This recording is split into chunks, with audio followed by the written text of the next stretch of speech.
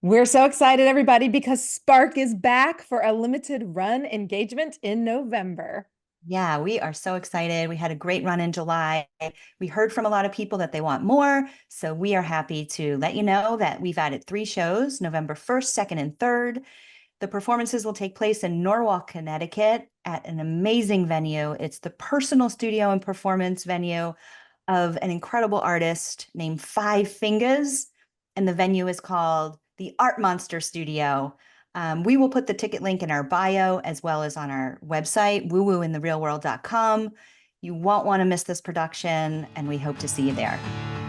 My joy is her joy, is his joy, and our joy to share. Welcome back to another episode of Woo Woo in the Real World. We are super Cheers. excited. Cheers. We're super excited to continue on our Spark experience with a conversation today with another beautiful sparkler, Monique Ford, who is in the house. Welcome, Monique. Welcome, Hi. Monique. Hi. We were just saying before we hit record how much we love Monique's backdrop. So if you are only listening to this episode, it is definitely worth a little visit over to YouTube at Woo Woo in the Real World to check out the video and to see this gorgeous background that Monique has going. And the reason why it's so beautiful is because Monique is an amazing artist. And so we are we looking in your artist space, or what are we seeing behind you? Yeah, this is my recent series of figurative works. So this is also my painting space, essentially. So there's plants, there's paintings on the wall, there's my Lots of easel is natural close light. by, lots of natural light coming in. Gorgeous. Yeah. Love it. Beautiful. Well, welcome. Yeah. This is we love having these conversations. First of all, to get to know you a little bit better and introduce you to the woo-woo world. I think it's just going to be so much fun. But why don't you just start off, Monique, by giving folks a little bit of background on you, your artwork, and what you're about before we dive into, kind of the Spark experience that you had. Great. Yeah, Well, of thank you, Tami. course. So a little bit about me is, I've essentially spent my career, my life, as a visual artist, growing up in northern Westchester in Katona. And I've always just, from undergrad to graduate school, I've really just delved into visual arts, fine arts, mostly focusing on painting, drawing, photography. And and as my career has shifted and moved forward, education has always been in the forefront of that. Arts education, going into arts administration. I then started overseeing like large performance programs as well. So being a hyphenate and working in a hyphenate space has always kind of been my language of visual, working with visual and performing artists. I myself have, dabbled into performing arts, but never in a performance space like Spark until I've been included into this ensemble. Um, Basically, what's at the heart of my work is community inclusion and being able to explore all the different sort of forms of expression and languages and really honor those languages as a whole. That started with, I've been thinking about this a lot. That really started in working in early childhood education and thinking about the 100 languages of art, and looking at that pedagogically and looking at it, when we're children, we're sort of taught and we're really challenged to sort of be thinking in all of those different ways and those ways of exploring ourselves. And then as we get older, a lot of children and a lot of youth and a lot of adults kind of get siloed into certain forms and expressions and languages, and they're really just trained and taught to excel in those, in those separate spaces. And so my whole thing is sort of coming back to that, the root of that. And I currently work with college students who are experiencing that within screen acting and production. So they're actors who are have really excelled in stage acting, and they're learning about how they come into the industry and work in this space of producing their own work and writing and learning about production and being on set and learning about editing. And so in a way, it's kind of like bringing it back to this core base of when they were young, much younger, right? So yeah.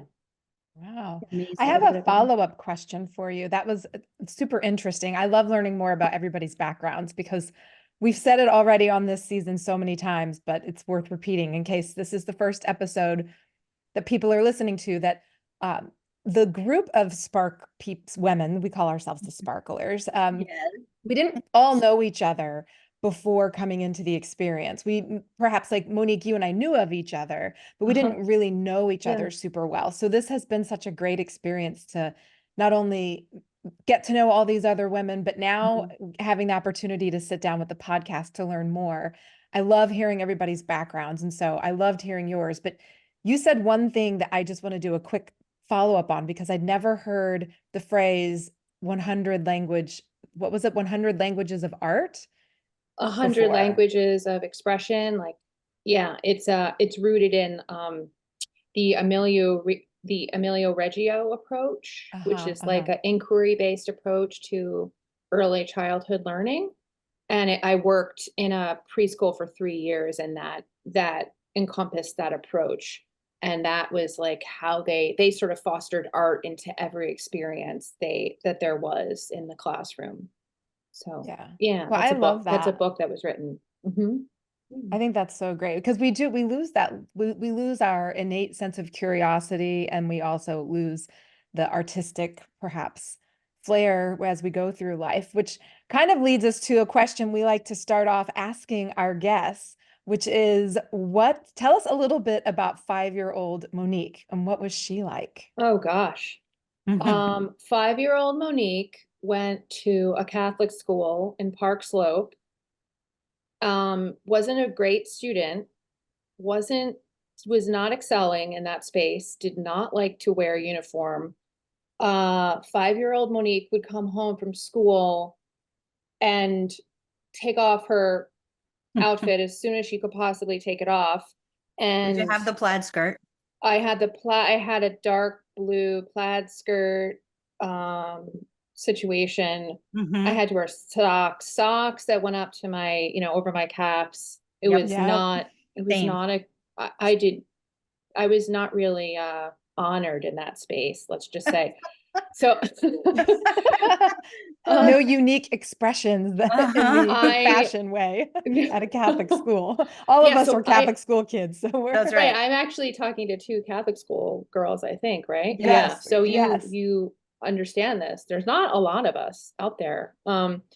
So let's see. I was obsessed with clothes and fabric and textile, I think literally as a byproduct of that. So I was I dressed myself when I wasn't at school from like, since I was like 3 years old. I would like mismatch outfits, and I was really into clothing. I was really into singing. I was obsessed with Madonna. I was singing on a kitchen counter like a virgin when I was like 5. And my parents really praised that and loved that, and like really were open, and they got a real kick out of me. My older brother was very conservative and loved the outfit, loved the uniform, loved the, structure of that. And I was the like clear younger sister thing happening. So yeah. I love that. That is so colorful from the jump. It's like built into the DNA. Yeah. When did you start realizing that you were a creative, and that did you start out painting, or did you start out drawing, or what are your memories of that? My earliest memories connected to art were really through dance when I was, 6, 7, 8. And, I always drew dogs. I always drew animals, but that I didn't really like focus that much on that.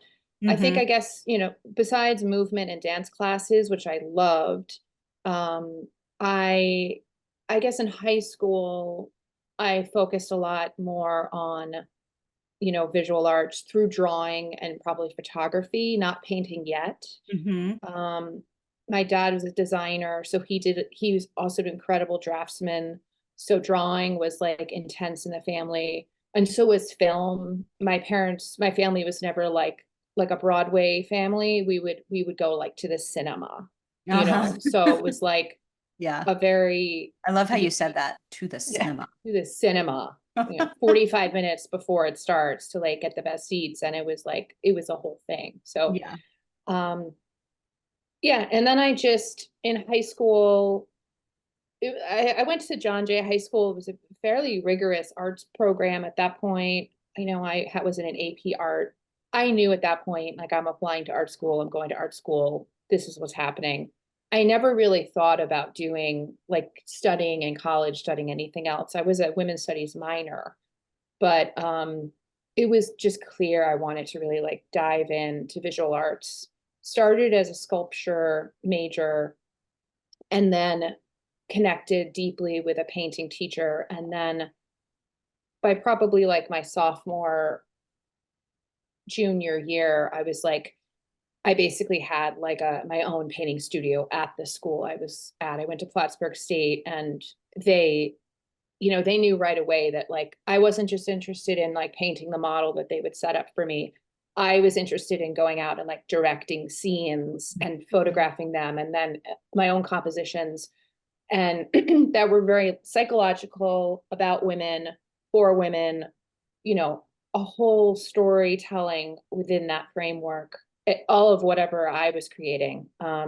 That's kind of where it all started happening. That was like the sparking into the painting process. And I really autonomously worked on creating my own body of work, like in college, that was very, you know, that I was really fully in control over. So, yeah, yeah. Amazing.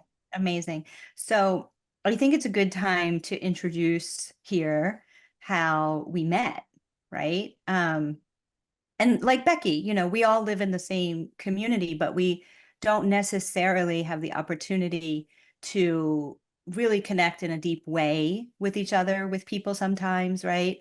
In fact, I had met Julie, your partner, through another mutual friend of Tom, who is Tom O'Brien, a musician, first, like a while ago, right? And then sometimes it's like you just keep seeing that person without their partner, and you're like, then all of a sudden I see the two of you together, and I'm like, oh, okay, I don't know her, but I know Julie, and then lo and behold, I opened up a little what do we call it? A little activation called the Soulful Lounge in Bedford, New York, which is part of the community where we all live. And you came in, we struck up a conversation, right? Yeah. I don't think it was on your first visit, though. It might have been the second.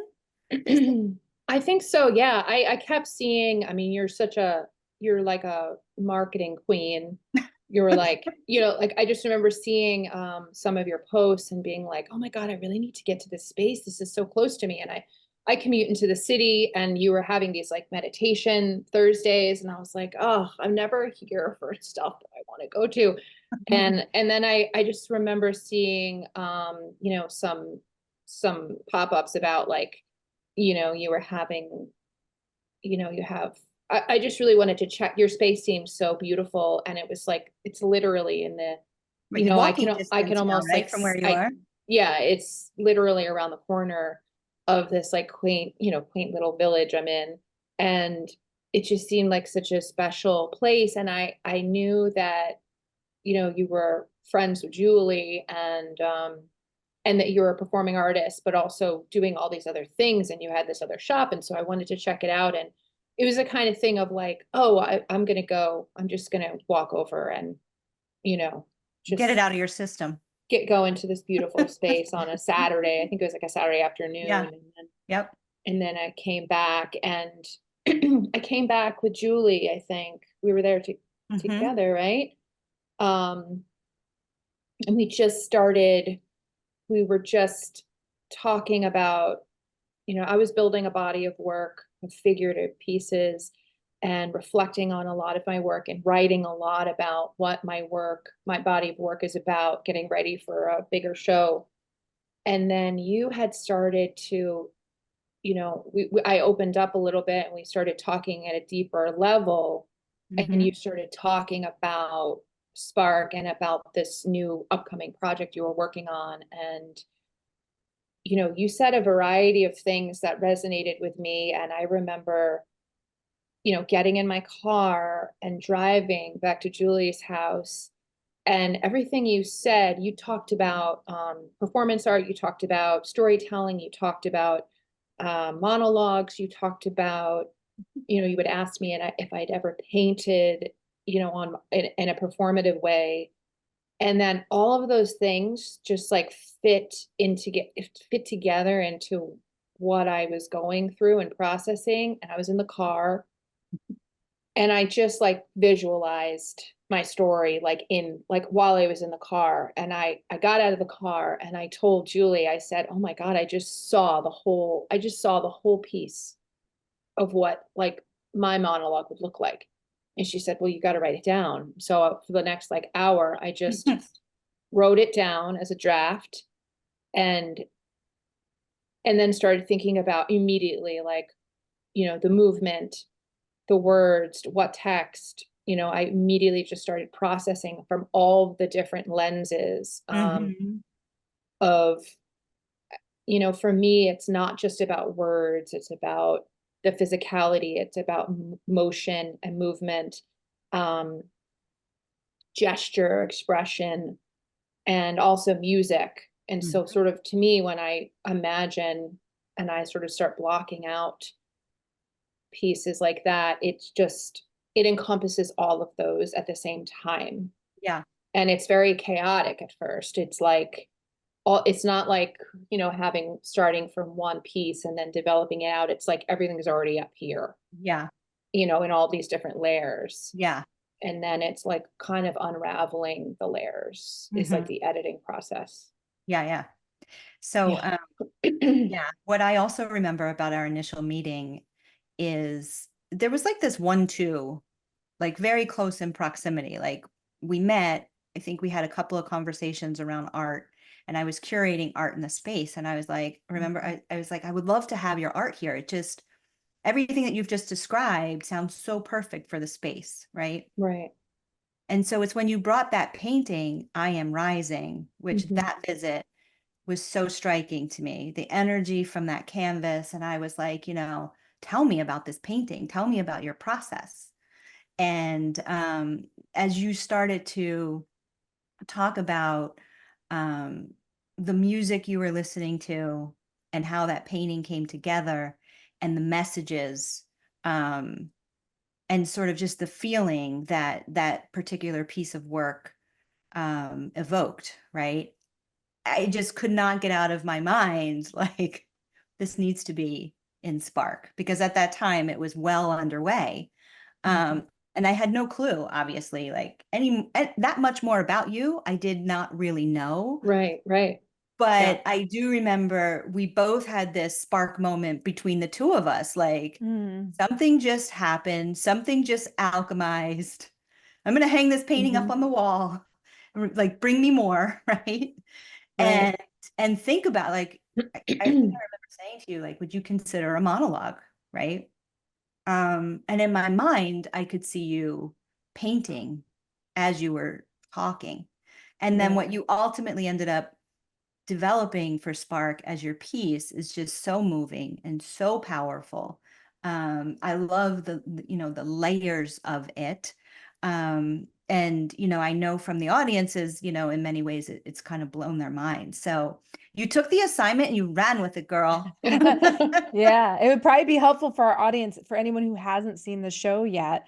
Monique's piece is not a spoken monologue. That's It's right. everything that she just mentioned. It's the movement, it's the painting, it's the sound, it's the intentional gestures, a few words. You do have some spoken elements to it, but it's not a straight spoken monologue like everyone else's is a straight spoken monologue. And yours is so unique in that way. It adds such an interesting textural element to the show. But I'm curious, just hearing that story between the two of you, I'm curious to know, to be like a little fly on the wall, if Yeah. you would retell the story about painting, what was it, Rising Woman? I Am Rising. Yeah. I Am Rising. So like, what Mhm. is your process when you're painting? Like, what was it about that? I just want to hear what it was that you said to Tami Right. that got that spark going. So would you share that with all of us? Sure. So I'm Rising is part of my Look Me in the Eyes series. And that was one of the first pieces in the series. And it was inspired by a song from a TV show called Better Things. And the lead of that show is going through a divorce, and she has 3 kids, and she's in LA. And there's a part, I found the song from an episode of that. And it's like, it was this really impactful episode, and the cinematography was very specific. She was quietly like sitting on a bench, like looking at the ocean. And it's like the only time in the series she's like not talking, because she's funny and jovial and there's a lot of dialogue. So I was inspired by that song, and the image, I did a series of that figure. I did 4 paintings of her. And this painting, I'm Rising, she's, she's not making direct eye contact with the viewer. She's looking up. And there's a certain color palette of the painting, and there's a certain amount of movement, and there's like what's a good word for it? It's like a very ethereal image. And I want the viewer, and I want the impact of the image to sort of feel like the figure is literally moving upward and outward. Like it's not a static pose, like a gesture where there's weight and like you can see like someone's weight in the image.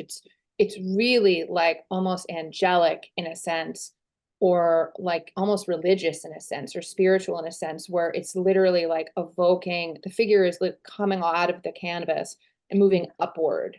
And so in a lot of the pieces, I deal with that, and I work in that kind of structure where I want the figure on the canvas to feel light and to feel like there's actual movement in the image, as opposed to like a static gesture, which is also like a different approach to communicating the female form on a flat surface. Yeah. So when you look at the image, it's like there's movement. You can almost hear the sound that is sort of resonating in the image, and the color palette is also sort of melodic. And yeah, I think Yeah. that's a version of what I had told you. So Yeah. Becky, now you I can get see it. why.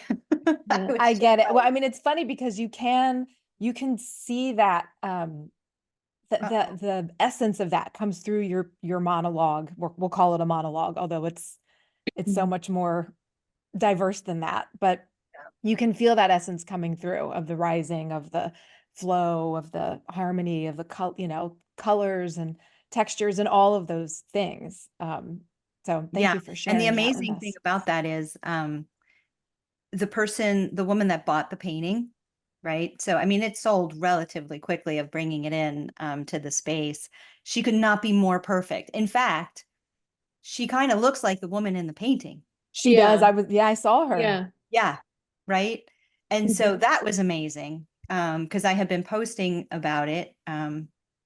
And, she sent me direct messages about it, and she can't stop thinking about it. And Yeah.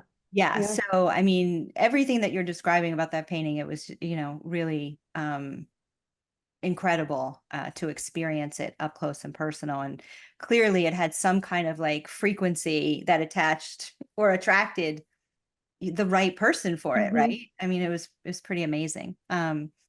So what was that like for you, Monique, in Spark? I don't think have you ever live painted in front of an audience before? No, never. Were you nervous about that? I am oddly not nervous about getting up in front of people. I don't know what it is. I mean, I get excited. It's an experience, and it's a challenge. I was like, I just like couldn't wait to do it. I just, Uh-huh.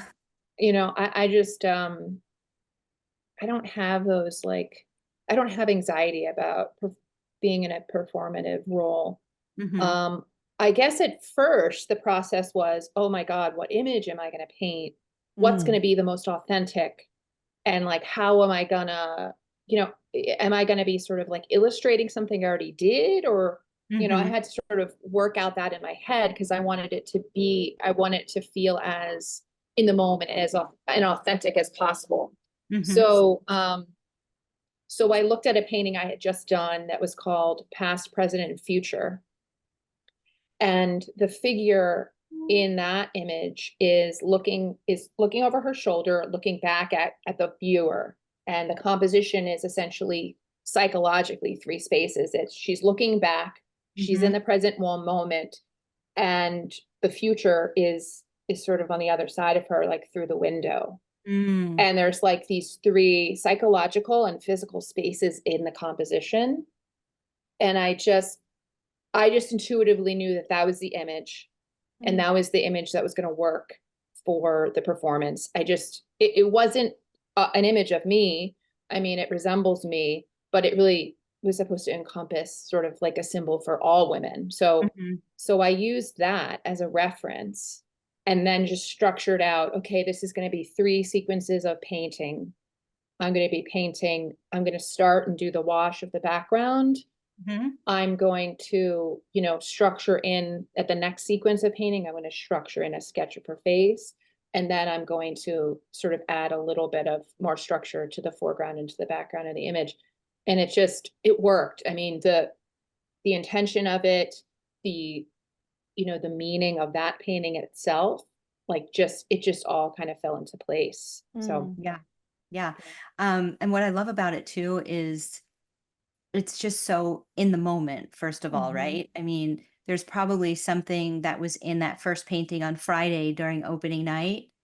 And then we did a show on Saturday. And so you did a fresh painting again, and then Sunday, a fresh painting again. And it was as mm, if it was the energy of that moment and that performance, even though theoretically you were painting the same thing, right? But yeah. I mean, talk about courageous, right? Because so the structure of Spark is, it's a series of storytellers over a 2-hour period.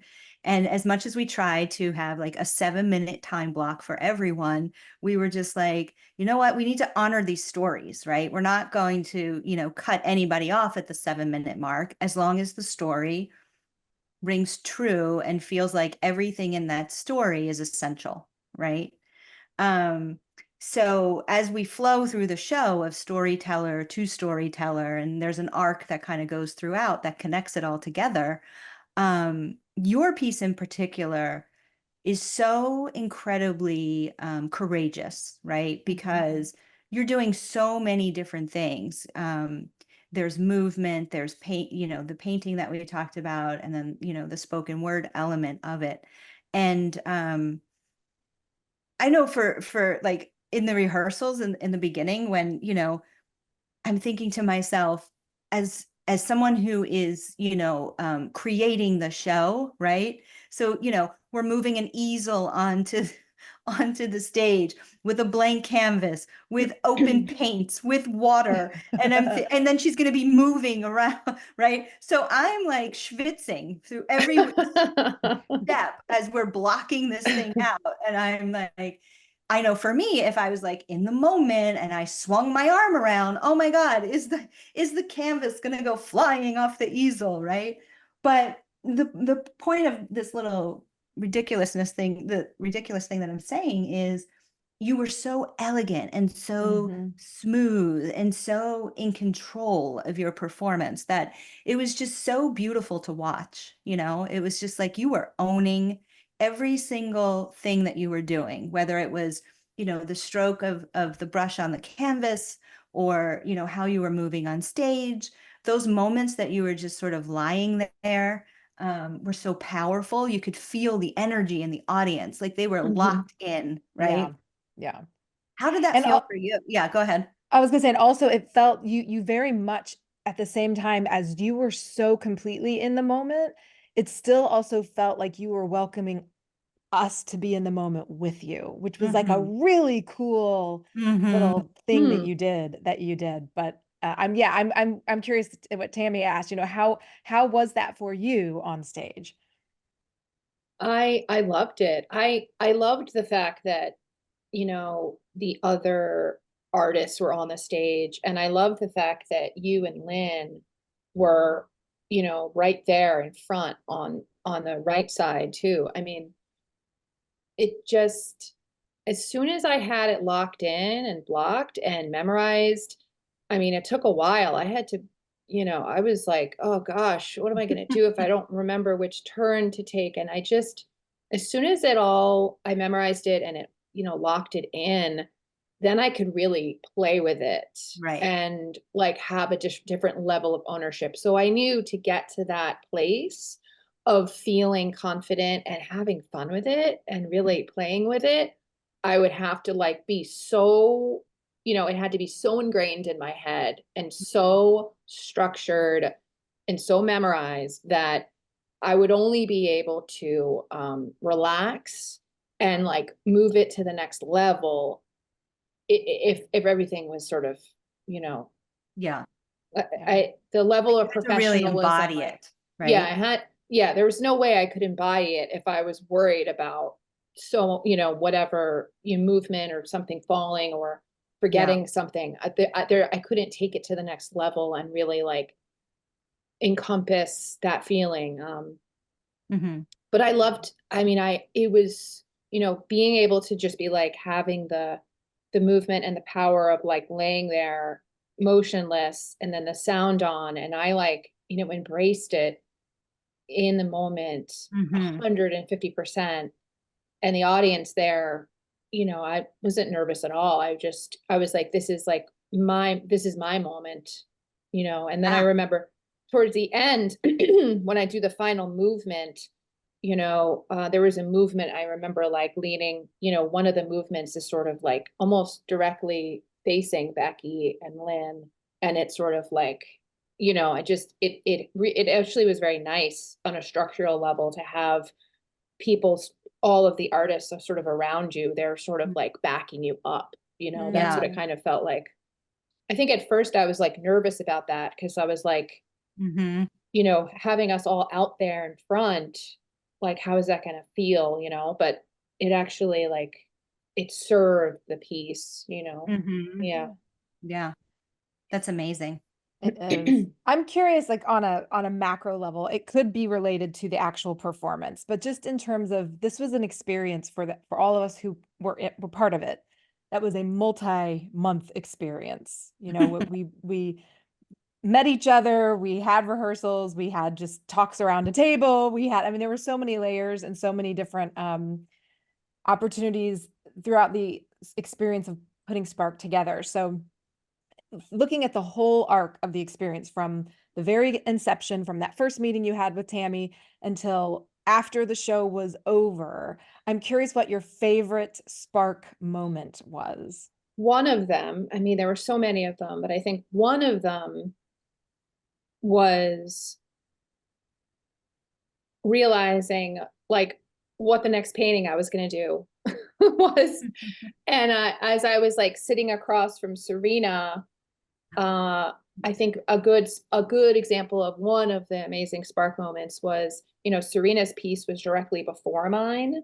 Mm-hmm. And so I had a connection to her specifically just because of that, like, structure. Uh, Her piece really resonated with me. I was going through a situation with my mom during that time.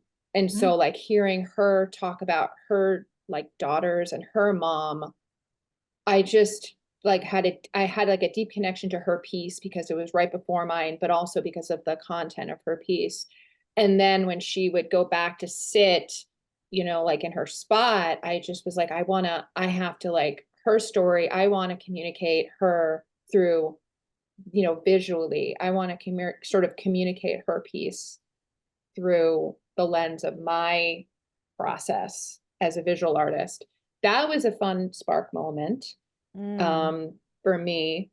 And And also, I just want to say, you ended up meeting with her, connecting with her outside of mhm, Spark and painting her. yeah, yeah, It's really beautiful too. It's a Really beautiful. beautiful. yeah, Yeah. What an amazing thing to have developed from that Mhm. experience. yeah. I didn't even think about the fact that you two were sitting across from each other and Yeah, that connection with the exactly. timing because Mhm. I remember when I saw the painting on your Instagram, you posted it, and we'll link up to your Instagram in the show notes so people can go and take a look at it as well.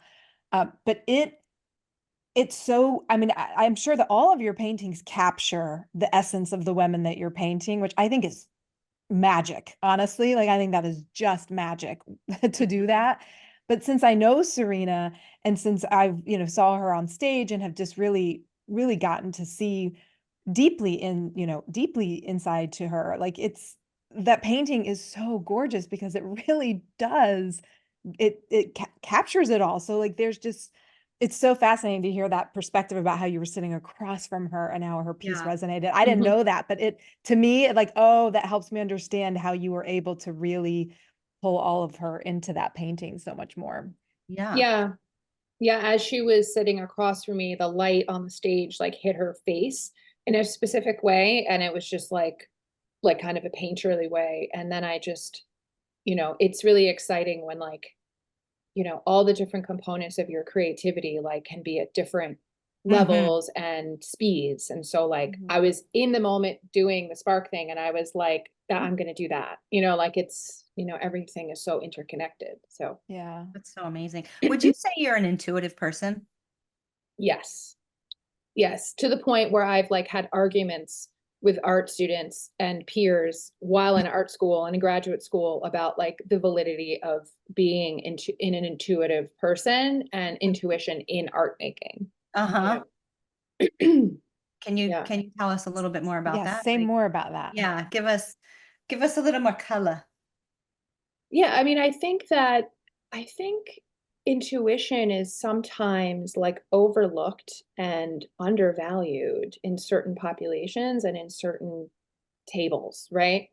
And so, some artists are really analytical. They're very process based in a very specific, structured way. And like everything comes to them through a system of a form that has to do with something that's really rational and concrete, right? Hmm. Hmm. And sometimes it's hard to express in words when you're not like that and your process is not like that. So I think it actually is rooted in like patriarchy. I mean, I think that's rooted in something that's like anti-woman in itself. And Hmm. I think it has to do with like not valuing the female intuitive Mm. Mhm. brain and Yeah. essence and Hmm. power. And I Hmm. think that that's somehow there's a connection between those two things. But yeah, I mean, I've had the argument in graduate school with sculptors. I've had it's an ongoing conversation. I mean, even sometimes Julie, like she has a very different way of communicating and expressing herself. Um, so I mean, it's usually like a topic I like to dive into, but I mean, even just like going to your shop, Tammy, was like just like an intuitive like decision. Like it wasn't like, oh, I need to do this. Oh, I'm gonna meet this person. If I go into a bookstore and I'm like, I'm looking for a book, I like just sort of wander in and like I like don't have anything in mind and I just have to sort of like wander around and then Hmm. I just grab whatever comes, whatever I see. It's not something that has been recommended to me. It's something that Mhm. so like intuition for me comes in like so many different um processes and Yeah. like languages as down to like I mean for me it's like if I'm in the right space and I'm comfortable and I'm in a, and things are in line, then I can make a series of intuitive choices creatively, Hmm. socially, a variety of choices that I can stand behind and I'm totally confident in, right? So I think intuition is a really exciting um, and powerful thing to have. And I've always felt like deeply connected to my intuitive spirit, for Yeah, sure. Yeah. which is amazing because, I do want to say we all have intuition, right? But, that's what Becky and I have also talked about a lot. It's, you've got to get really in tune with it and really, cultivate your intuition. Mhm. And, talking to someone like you, it's like every day you're tuning in to your intuition, and that's how you live your life. It's Yeah. through that very intuitive, very open third eye chakra. Yeah. Right? Especially creatively, about how you were saying, just Yeah. how your intuition plays into your creativity. I thank you for saying all of that. I wanted to hear more because I had an idea of what you meant, because music, with music, I approach it the same way. When I sit down to write a song, it is rare that I'll sit down and I'll be like, I want to write a song about X, Y, and Z, and I want the song to be about this. It's super rare for me to do that. It's more likely that I pick up my guitar and what chords sound pretty today? What's the Mhm. feel? Is it fast? Is it slow? Is it, I don't know. And then it starts Mhm. to come. And then I really sit with the chords and I sit with the structure of it. And then I'm like, what are you trying to tell me? What are you trying to say, song? Like, who are Mhm. you? Who are Right. you? And Yeah. Right. it's so beautiful when to me, and maybe it's only me, but like, I think some of my best songs I've written are those songs where I wasn't forcing something. Mhm. As an artist, of course, like sometimes we have to force, there's just a discipline in the doing. And so, sometimes I do sit down and just Right. write for the sake of writing. Those are not my favorite things. And they're not usually the ones that seem to resonate the most. Yeah. So Right. I'm glad that you hit on that, Tami, and thank you for expanding on that, Monique. Mhm. It's an important part of Spark, I think. And then I know we're almost out of time. See, these conversations, we're just like, we could just keep going and going, but Need a I part am two. curious. My Yeah, famous exactly. line. We need a part two. We do. We'll Yeah. do part two after the second run, maybe. Yeah. But I am curious, just what feedback did you get after you performed your piece? And how was that for you? Was it important for you? Was it helpful? Did it matter to get feedback on it? Like, how was that process for you once you shared everything? It was interesting. Um, because in my vision, in my perspective, it's clear like what the story is, right?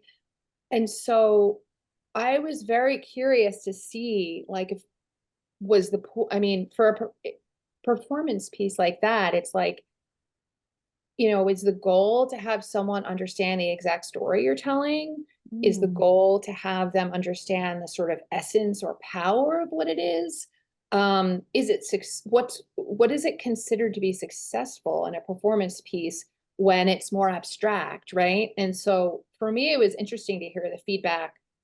Ultimately, what I think resonated with me the most was people that had like a visceral physical response to it, but they were like really curious and felt like it was super powerful, but they weren't quite sure, like what it was necessarily about, but they could feel the energy of it, and they could sort of they could kind of connect with it within whatever way that they had a connection to it, but it wasn't, Mhm. it was always something I was sort of grappling with, like, well, what if,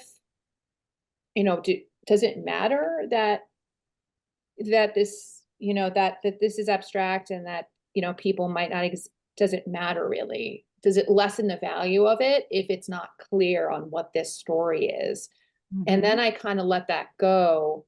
Um, but it was interesting to see like someone say, "Oh, I didn't know you could do that," or like, "I can't believe you can do all those things," and then asking a couple of other people, what they thought, and I think it sometimes has to do with their own, potential limitations of like Mm. how connected to them are they, to themselves are For they to be able to themselves, right? Yeah. right, Totally fair. Totally fair. Yeah, on Yeah. such an embodied piece. If you're not super embodied, Right. You want a dictionary. Like if you're, a real left brainer, or if you're not intuitive at all, or not deeply connected to your like womanness, Mhm. you kind of might want a description that you're not going to get, right? So Yeah, I thought it was important to not like overly communicate things, exactly. Yep, feeling like I would have to prove some sort of that's right. description, right? That's right. Yeah. So No, you don't have to do yeah, that at all. Yeah.